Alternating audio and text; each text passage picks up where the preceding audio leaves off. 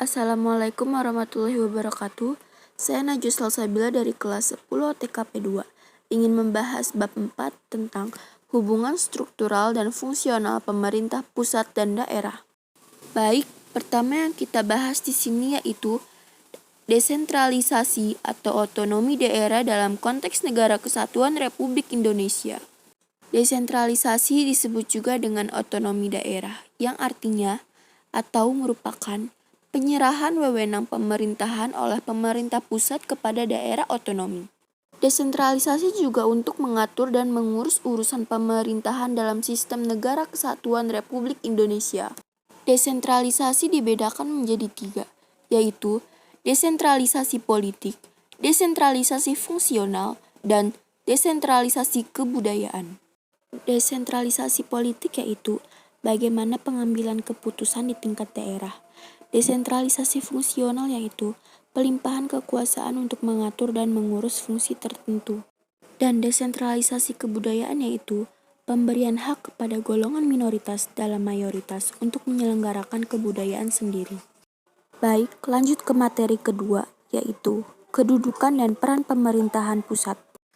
Peran dan kedudukan pemerintah pusat yang terpenting yaitu mengayomi dan mengatur secara administratif sistem pemerintahan dan atas persetujuan pemerintah pusat.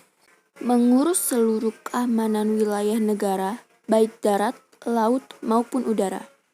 Mengurus perekonomian bangsa, menjalankan peraturan yang ada, dan sebagainya. Baik, saya lanjut ke materi ketiga, yaitu kedudukan dan pemerintah daerah. Kedudukan dan pemerintah daerah dalam penerapan otonomi daerah di Indonesia adalah mengatur pemerintahan daerah di bawah naungan pemerintah pusat, yang perannya untuk mempersejahterakan daerah itu sendiri. Baik, kita lanjut ke materi keempat, yaitu tentang hubungan struktural dan fungsional pemerintah pusat dan daerah.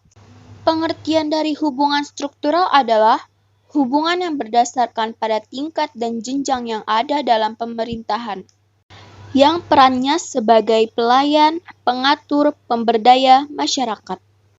Dalam sistem Negara Kemerdekaan Republik Indonesia atau NKRI, terdapat 2 cara yang dapat menghubungkan antara pemerintah pusat dan daerah, yaitu dengan cara sentralisasi dan desentralisasi.